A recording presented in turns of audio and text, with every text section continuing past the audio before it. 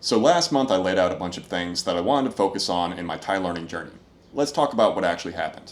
สวัสดีครับทุกคนผมชื่อเบลลี่นะครับวันนี้ผมอยากทำวิดีโอนี้เกี่ยวกับการเรียนภาษาไทยที่กรุงเทพครับปกติผมทำวิดีโอเป็นภาษาอังกฤษครับเพราะว่าผมรู้สึกสบายใจกว่าเพราะว่าผมรู้คำศัพท์มากกว่าแต่แต่ว่าวันนี้ผมอยากแสดงให้คนอื่นเห็นว่าผมพูดภาษาไทยได้ บางที่ผมมีปัญหาเวลาพูดภาษาไทยเพราะว่าผมรู้สึกแบบไม่สามารถแสดงตัวเองได้เพราะว่าไม่รู้คำศัพท์แล้วก็ผมก็เลยต้องฝึกภาษาไทยต่อไปครับ So I wanted to start out this week's video a little bit differently because I normally don't speak in Thai when I make these videos, and I think it'll be cool a year from now to be able to look back and kind of see how I'm speaking, what words I'm using, my intonation, has my accent gotten better, and also just to kind of show others what I've been working on.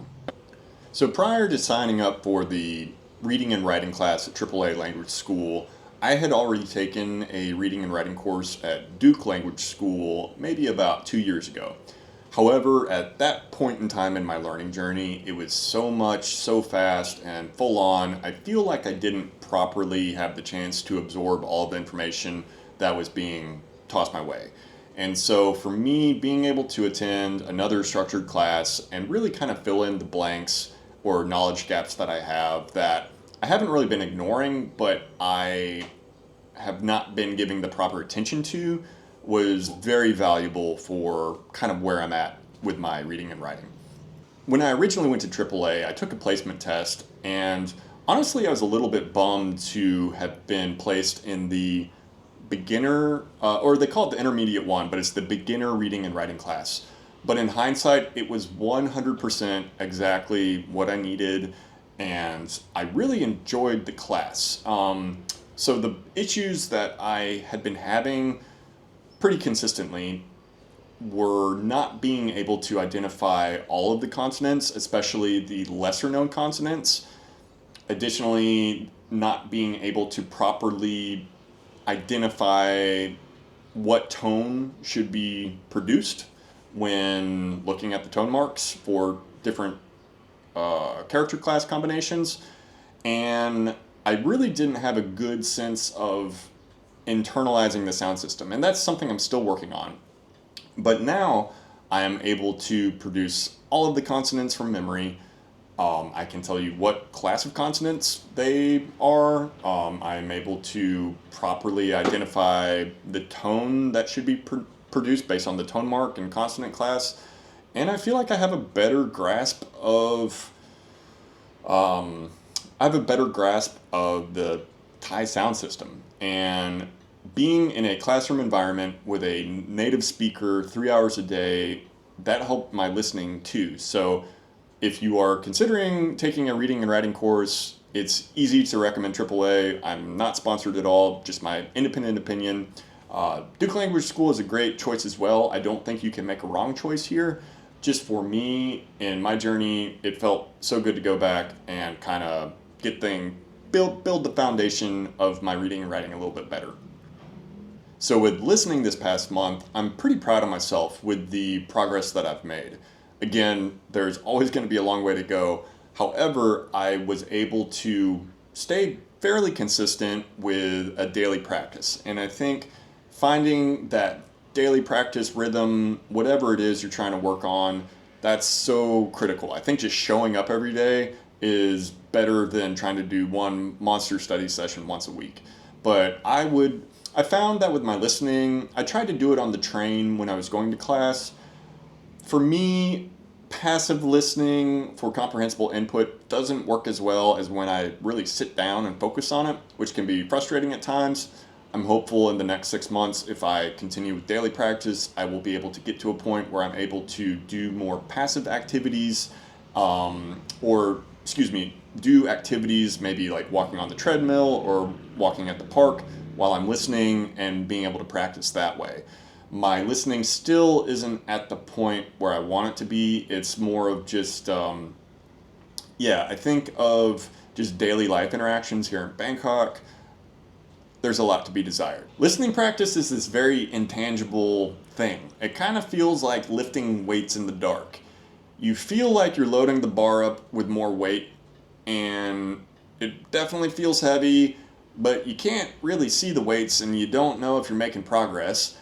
And then a month later, you turn the lights on and you're like, oh wow, I lifted all of that. And it's imperceptible. It's very difficult to measure. I found that trying to create a video every 2 weeks, like it's hard to tell if I'm making progress with listening. I feel like I am. I'm internalizing new grammar structures and vocabulary. However, reflecting a month out on my little listening journey, I feel like I'm able to discern progress much better, having spent a month with something.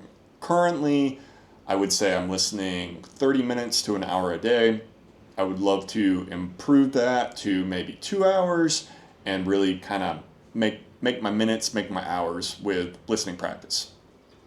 Over the past month, I didn't spend as much time practicing speaking as I normally do, but I think that was a natural outgrowth of spending more time trying to practice listening as well as reading and writing.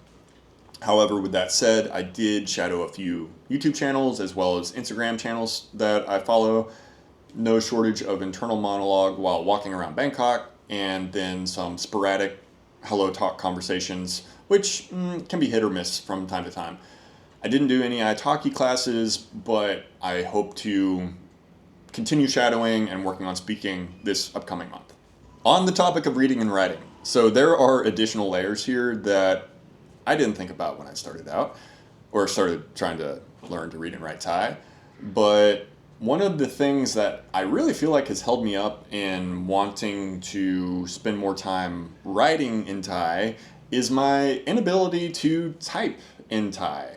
And I'm using my thumbs, but I think, well, both. So spending time learning to type on a phone and also on the keyboard. I really want to spend more time learning how to touch type in Thai, and I think that will naturally help me want, or not help, but be able to write in Thai, because right now there's a barrier. Like I can't, I know the letter that I want to use, the consonant or vowel, however, I don't know where it is on the keyboard, and so I think this next month, that's going to be something I want to work on. Additionally, with reading and writing, so you think you know how to read and write, and you're going along, and then you realize Thai uses a lot of modern Thai fonts in advertising and just about anywhere you go in Thailand or elsewhere on the internet. And they are more challenging, in my opinion, to identify and use, but it's just like another layer. And it's not something you can ignore. This time, I'm not going to ignore. I'm gonna actively try and spend more time working on typing and identifying Thai fonts. So currently, I'm filming this while in Bangkok, but at the end of next week, I'm going to be traveling back to America. And yeah, I'm bummed to lose my opportunities for daily immersion and practicing Thai, but I will look at this time as an opportunity to practice and train during the off season and come back even stronger the next time I'm able to come and visit Thailand. To kind of sum all that up, this next month my goal is to maintain my reading and writing gains, hopefully progress further into reading and writing, and better internalize consonant classes as well as tone marks, and just being able to nail it like right out of the gate when I'm reading. That's one goal.